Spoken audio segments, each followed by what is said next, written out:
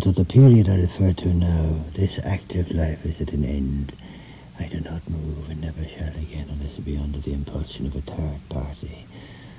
For of the great traveller I had been, on my hands and knees in the later stages, then crawling on my belly or rolling on the ground, only the trunk remains, in sorry trim, surmounted by the head, with which we're already familiar. This is the part of myself, the description of which I've best assimilated and retained, stuck like a sheaf of flowers in a deep jar, its neck flush with my mouth, on the side of a quiet street near the shambles, and at rest at last. If I turn, I shall not say my head, but my eyes, free to roll as they list, I can see the statue of the Apostle of Horses neath a bust. His pupilless eyes of stone are fixed upon me. That makes four, with those of my Creator, omnipresent. Do not imagine I flatter myself. I'm privileged, though not exactly in order. I'm tolerated by the police. They know I'm speechless and consequently incapable of taking unfair advantage of my situation to stir up the population against its governors by means of burning oratory during the rush hour or subversive slogans whispered after nightfall to belated pedestrians the worse for drink. And since I've lost all my members, with the exception of the one-time virile, they know also that I shall not be guilty of any gestures liable to be construed as inciting to arms, a prisonable offence. The fact is, I trouble no one, except possibly that category of hypersensitive persons for whom the least thing is an occasion for scandal and indignation. But even here the risk is negligible, such people avoiding the neighbourhood for fear of being overcome at the sight of the cattle, fat and fresh from the pastures, trooping towards the humane killer. From this point of view, the spot is well chosen, from my point of view, and even those sufficiently unhinged to be affected by the spectacle I offer, upset and temporarily diminished in their capacity for work and aptitude for happiness, need only look at me a second time, those who can bring themselves to do it, to have immediately their minds made easy. For my face reflects nothing but the satisfaction of one savouring a well-earned rest. It's true, my mouth was hidden most of the time, and my eyes closed. Yes, sometimes it's in the past, sometimes in the present. And alone, perhaps, the state of my skull, covered with pustules and blue bottles. These latter, naturally abounding in such a neighbourhood, preserved me from being an object of envy from any and a source of discontent. I hope this gives a fair picture of my situation. Once a week I was taken out of my receptacle, so that it might be emptied. This duty fell to the proprietress of the chop house across the street, and she performed it punctually and without complaint, beyond an occasional good-natured reflection to the effect that I was a nasty old pig, for she had a kitchen garden, without perhaps having exactly won her heart.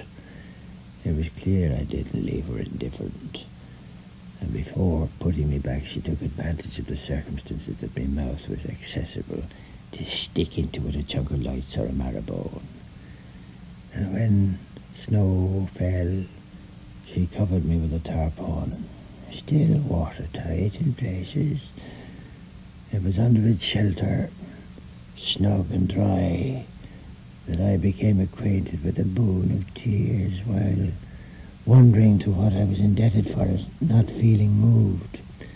And this not merely once, but every time she covered me, that is to say, twice or three times a year.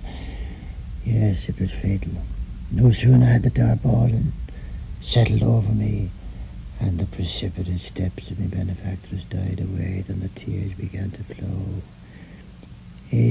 Was this to be interpreted as an effect of gratitude. But in that case, shouldn't I have felt grateful? Besides, I realized darkly that if she took care of me thus, it was not solely out of goodness, or else I had not rightly understood the meaning of goodness when it was explained to me. It must not be forgotten that I represented for this woman an undeniable asset. But quite apart from the services I rendered to her lettuce, I constituted for her establishment a kind of landmark. Not to say an advertisement far more effective than, for example, a chef in cardboard, pot-bellied in profile and full face, wafer thin.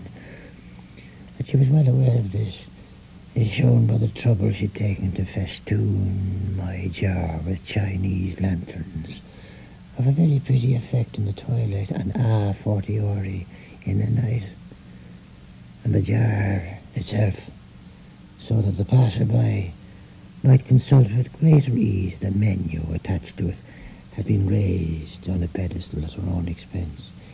It's thus I learned that our turnips and gravy are not so good as they used to be, but that on the other hand, our carrots, equally in gravy, are even better than formerly. The gravy is not varied. This is the kind of language I can almost understand. These the kind of clear and simple notions on which it's possible for me to build. I ask for no other spiritual nourishment. A turnip. I know roughly what a turnip is like. A carrot too. Particularly the flaky or Colmar red.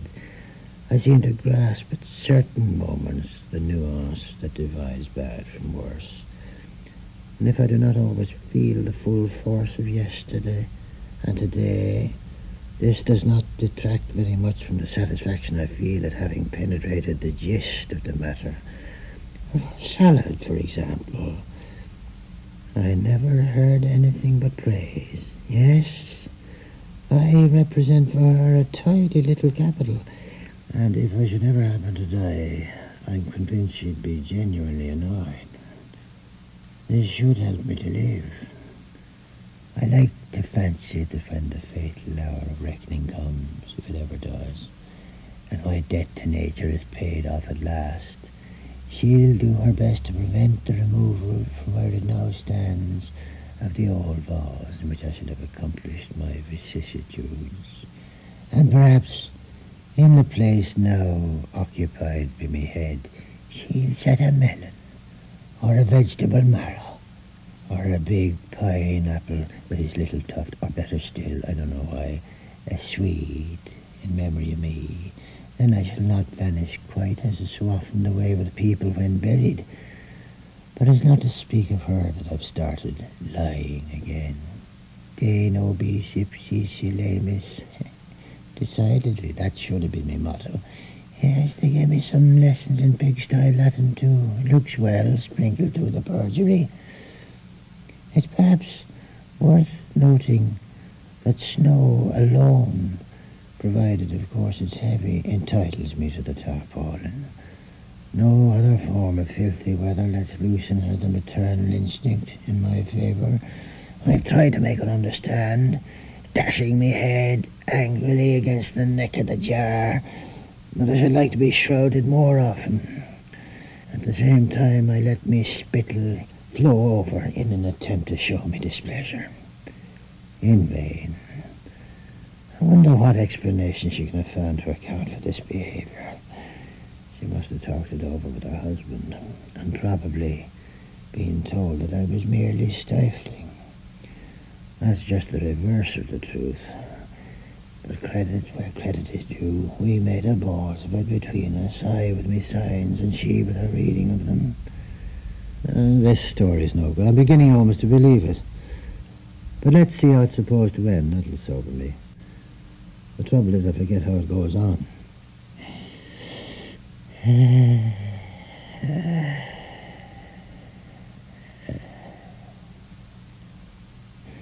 Not so long ago, with a kind of shrink in me head and shoulders, as when one is scolded, I could disappear. Soon, at my present rate of decrease, I may spare myself this effort, and spare myself the trouble of closing my eyes so as not to see the day, for they're blinded by the jar a few inches away. Wrong again, wrong again. This effort and this trouble will not be spared me, for the woman, displeased at seeing me sink lower and lower, has raised me up by filling the bottom of my jar with sawdust, which she changes every week when she makes me toilet. It's softer than the stone, but less hygienic, and I had got used to the stone. Now I'm getting used to the sawdust. It's an occupation. I could never bear to be idle. It saps one's energy. And I open and close my eyes, open and close as in the past, and I move my head in and out as heretofore. And often at dawn, having left it out all night, I bring it in to mock the woman and lead her astray. For in the morning, when she's rattled up her shutters, the first look of her eyes, still moist with fornication, is for the jar, and when she doesn't see me head, she comes running to find out what has happened. For either I've escaped during the night, or else I shrink again. But just before she reaches me, I up with it like a jack-in-the-box, the old eyes glaring up at her. But my little game, which I should have thought inoffensive, has cost me dear. It's true, one doesn't know one's riches until they're lost, and I probably have others still that only await the thief to be brought to me notice. And today, if I can still open and close my eyes as in the past, I can no longer, because of my roguish character, move me head in and out, as in the good old days. For a collar, fixed to the mouth of the jar, now encircles me neck, just below the chin, and my lips, which used to be hidden and which are sometimes pressed against the freshness of the stone, can now be seen by all and sundry. There's really only one thing that worries me, and that's the prospect of being throttled if I should ever happen to shorten further. Asphyxia. I, who was always the respiratory type, witnessed this thorax still mine together with the abdomen. I, who murmured each time I breathed in, here comes more oxygen, and each time I breathed out, there go the impurities. The blood is bright red again, the obscene protrusion of the tongue, the tumefaction of the penis. The penis, well now, that's a nice surprise. I'd forgotten I had one. What a pity I've no arms. There might still be something to be wrung from it. No, 'tis better thus. At my age, to start menstruating again, it'd be indecent and fruitless. And yet one can never tell. With a yo-heave-ho, concentrating with all my might on a horse's rump, at the moment when the tail rises, who knows, I might not go altogether empty-handed away. Hadn't I almost felt it flutter? Does this mean they didn't get me? I could have sworn they'd get me. The pleasure of getting mixed up with other scrota. Not another stir out of it, in any case. I'll concentrate again. At Clydesdale. Come, a little cooperation, please. Finish dying. It's the least you might do after all the trouble I've taken to bring you to life. The worst is over. You've been sufficiently assassinated, sufficiently suicided to be able to stand now on your own feet, like a big boy. That's what I keep telling myself. And I add, quite carried away, slough off this mortal inertia. It's out of place in this society. They can't do everything. They put you on the right road, led you with a hand to the very brink of the precipice. Now it's up to you, with an unassisted last step, to show them your gratitude. I like this colourful language, these bold metaphors and apostrophes. Through the splendours of nature they dragged a paralytic, and now there's nothing more to admire. It's me duty to jump, that it may be said, there goes another who has lived.